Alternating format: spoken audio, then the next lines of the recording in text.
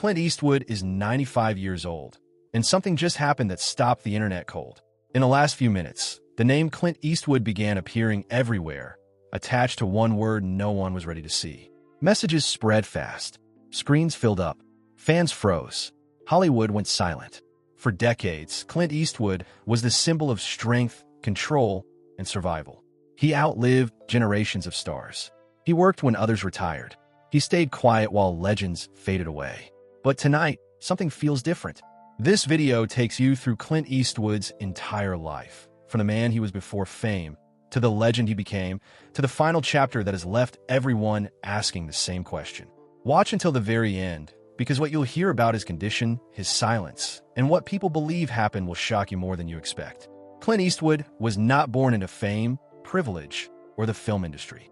He entered the world on May 31st, 1930, in San Francisco, California, during a time when the country itself was unstable. The Great Depression shaped his earliest years, forcing his family to move frequently in search of work. That constant movement created a quiet, observant child, someone who learned early how to adapt, stay silent, and endure. His father worked a series of jobs, including manufacturing and factory labor, while his mother worked in clerical positions. There was no clear path toward acting, no mentors, no industry connections. Clint Eastwood grew up without any guarantee of stability, and that uncertainty followed him into adulthood. He attended multiple schools, struggled with structure, and showed little interest in academics. What stood out instead was his independence. He preferred solitude. He listened more than he spoke.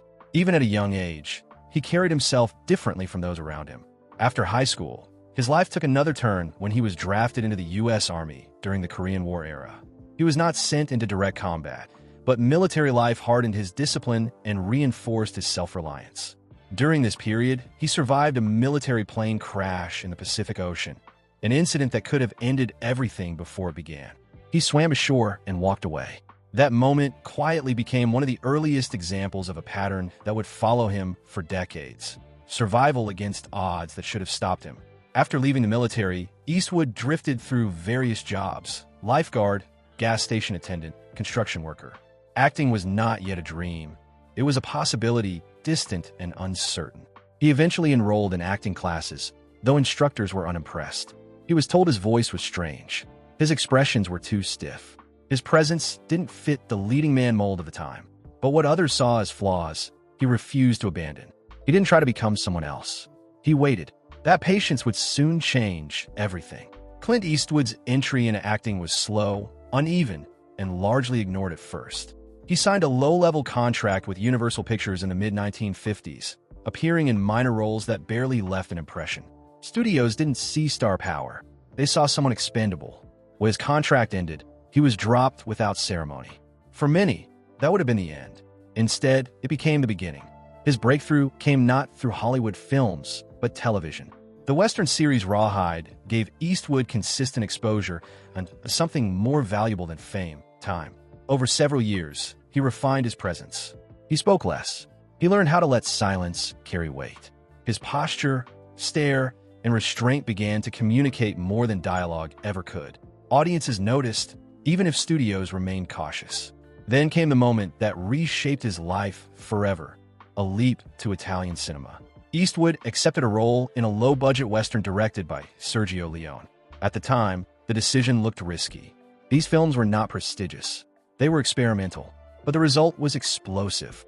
The Man with No Name character introduced the world to a new kind of screen presence: cold, controlled, unreadable. Eastwood didn't perform emotion. He withheld it. Those films traveled across continents and returned to the United States with unexpected force. Suddenly, Clint Eastwood was no longer ignored. He was studied, copied, feared, admired. Hollywood realized it had underestimated him. By the early 1970s, Eastwood transitioned into one of the most controversial and recognizable figures in cinema through roles that challenged morality and authority. He wasn't playing heroes in the traditional sense. He played men who lived in gray areas, figures audiences couldn't easily judge but couldn't look away from either. This period marked the moment when Clint Eastwood stopped chasing opportunity and began shaping it himself. He gained creative control. He chose projects carefully. He started directing, not for recognition, but for autonomy. Each decision moved him further away from being a performer and closer to becoming a permanent force in Hollywood. And while the world watched him grow more powerful on screen, something else was happening quietly behind the scenes. His life was becoming more private, more controlled, and more distant from the public eye. By the time Clint Eastwood entered the middle phase of his career, he was no longer simply an actor taking assignments. He had become a decision-maker. Fame gave him leverage, and he used it quietly, without public battles or dramatic statements. While other stars relied on studios, Eastwood built independence. He founded his own production company, giving himself control over scripts, budgets, schedules, and final cuts. This wasn't about ego, it was about precision. He worked fast, avoided waste, and demanded discipline. Crews learned quickly that Eastwood didn't tolerate chaos. He rarely raised his voice. He didn't need to. His presence was enough. As a director, his style was stripped down. Few takes, minimal interference, trust in actors. He believed moments lost their truth when repeated too often. That philosophy shaped some of the most respected films of his career. He directed himself without vanity, often portraying aging, flawed, or morally conflicted men rather than untouchable heroes. Critics who once dismissed him began to reverse course. Awards followed. Respect replaced skepticism. Eastwood proved that longevity in Hollywood wasn't about reinvention. It was about restraint. Yet, even as his influence grew, he resisted the celebrity lifestyle. He avoided interviews. He skipped Hollywood parties. He stayed away from public drama. That silence only added to the mystique. People knew his work, but not the man behind it. And that distance would later fuel speculation whenever he disappeared from public view. Despite his fame, Clint Eastwood kept his personal life tightly controlled. Relationships came and went quietly. He had multiple partners over the decades and became a father many times, though details often surfaced years later, or not at all. Unlike most celebrities, he never felt the need to explain himself. His children followed different paths, some into acting, some into music, some entirely away from the spotlight. Eastwood never positioned himself as a public family man, but those close to him described a presence that was firm, distant, yet dependable. As he aged, his privacy deepened. Public appearances became rare. Interviews slowed, then nearly stopped. When he did appear, he looked thinner, slower, more reserved, but still unmistakably himself. Every sighting sparked commentary. Every absence triggered questions. Hollywood legends usually fade gradually. With Eastwood, the silence felt heavier. People weren't used to not knowing. When years passed without new films or statements, assumptions filled the gap. Health concerns began circulating quietly. No confirmations, no denials, just absence. And absence, especially at 95, invites imagination. By this point in his life, Clint Eastwood had nothing left to prove.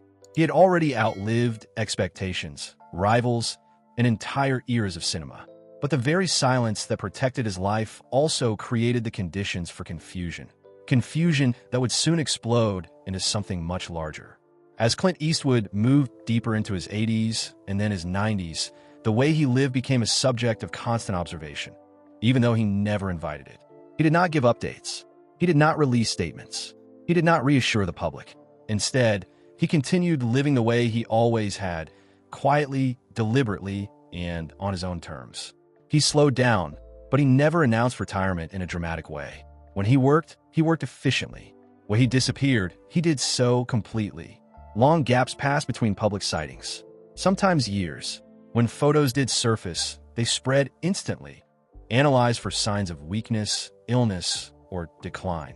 Every step, every posture, every expression was dissected. Those close to him spoke little.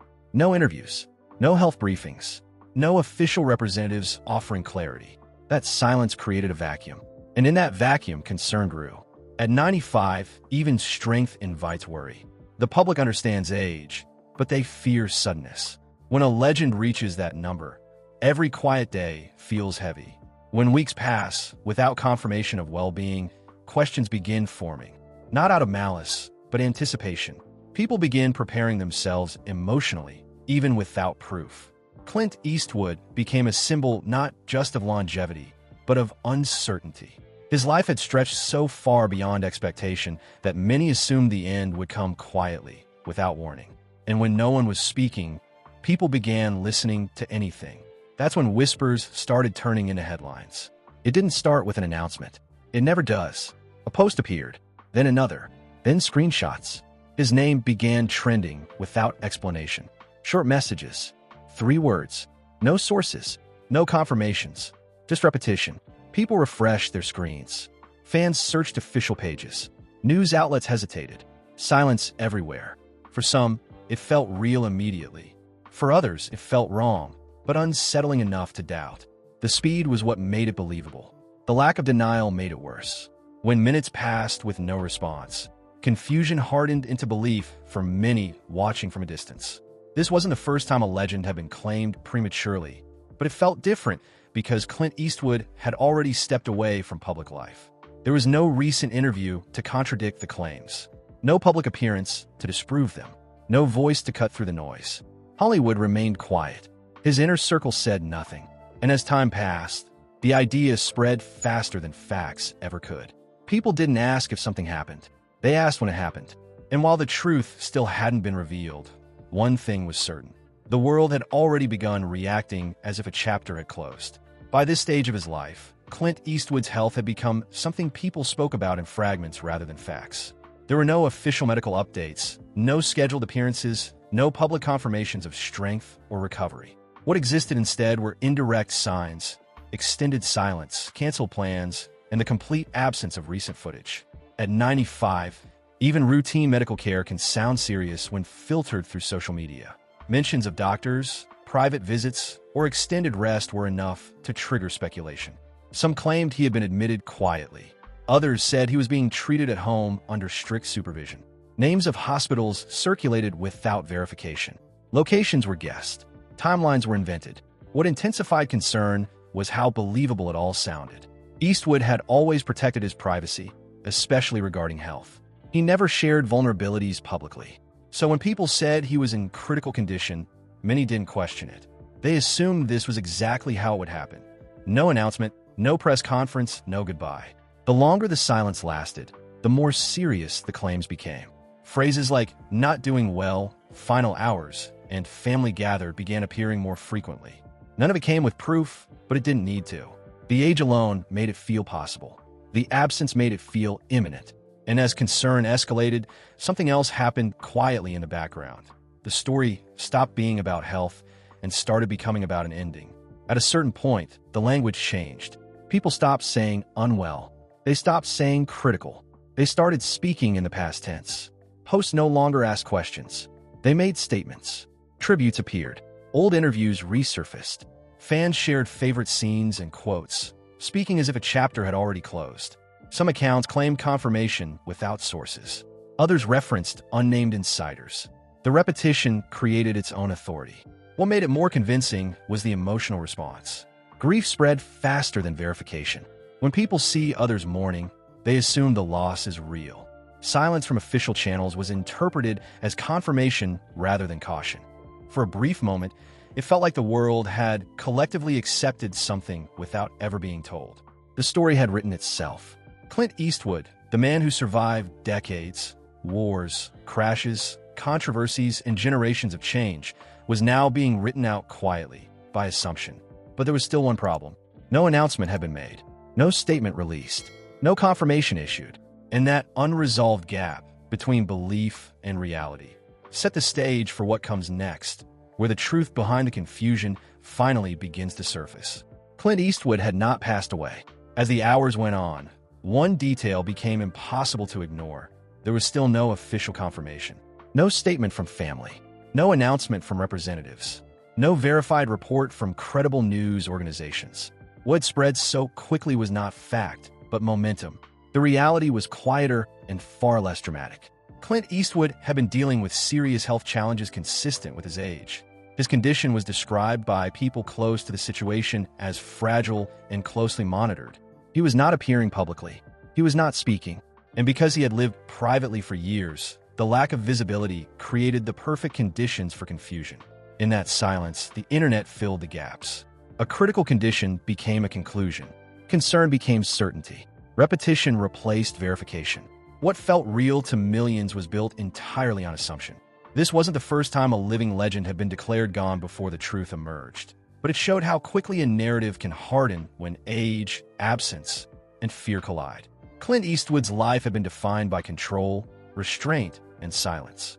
Ironically, those same traits allowed a false ending to be written without his involvement. The story didn't end with a death.